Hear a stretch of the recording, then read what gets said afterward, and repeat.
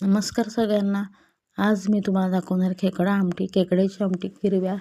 पण काही लोक त्याला किरव्या म्हणतात. तर इथे मी बारीक देठं होती ती वाटून घेतली त्यांची, कारण ते अक्कंड टाकायचे नसतं, त्यांना वेगळी चव येत नाही व्यवस्थित.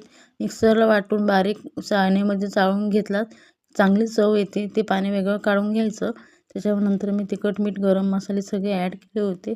आणि हे टॅमॅटोची ग्रेव्ही होती, टॅमॅटोची, जिरं मोहरीची ग्रेव्ही होती ती त्याच्यामध्ये आपण टाकायची आहे तडतडवून.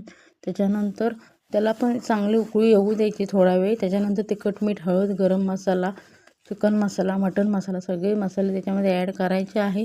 तरच त्याला व्यवस्थित चांगली चव येते. सगळे मसाले असल्यावर चांगली चव येते. हे घरगुती मसालेच आहे. त्याच्यामध्ये तिखट मी बाहेरचं वापरलं होतं दुकानामधलं, नाही तर बाकी सगळं घरचंच आहे ते. त्याच्यानंतर आपण ज्या किरव्या साफ केलेल्या होत्या खेकडा, तो त्याच्यामध्ये आपण ॲड करायचा आहे. आणि खेकड्यालासुद्धा 5-10 मिनटं तेलाची तर्री येईपर्यंत ठेवायचं आहे.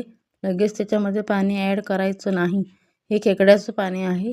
आपण बारीक देठं केलेली होती ना, ती चाळणीमध्ये चाळून घेतलं होतं मी आणि ते त्याच्यामध्ये ॲड करायचं आहे. अशा प्रकारे आपली आमटी तयार झाली आहे. आणि आता त्याला उकळी येऊ द्यायची. 15-20 मिनटं व्यवस्थित उकळी आल्याच्यानंतर आपण कोथिंबीर टाकायची. मी आधीच टाकली होती, तुम्ही नंतर टाकला तरीही चालेल.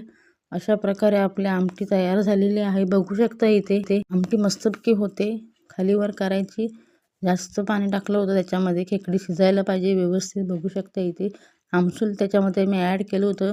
तुम्ही लिंबू केलात तरी चालेल. आंबटपणा यायला पाहिजे. तर अशा प्रकारे आपल्या आमटीला उकळी आली आहे. आणि तुम्हाला पाहिजे त्यानुसार तुम्ही करायची. मी जास्त आटवली नव्हती, जास्त पातळ केली होती, कारण हातावर छानच लागते. बघा, एक दिवस नक्की ट्राय करून. अशा प्रकारे आपला खेकडा तयार झाला आहे. आणि माझा जर व्हिडिओ आवडत असेल तर नक्कीच लाईक, कमेंट, सबस्क्राईबर करा. अशा प्रकारे आपली आमटी तयार आहे.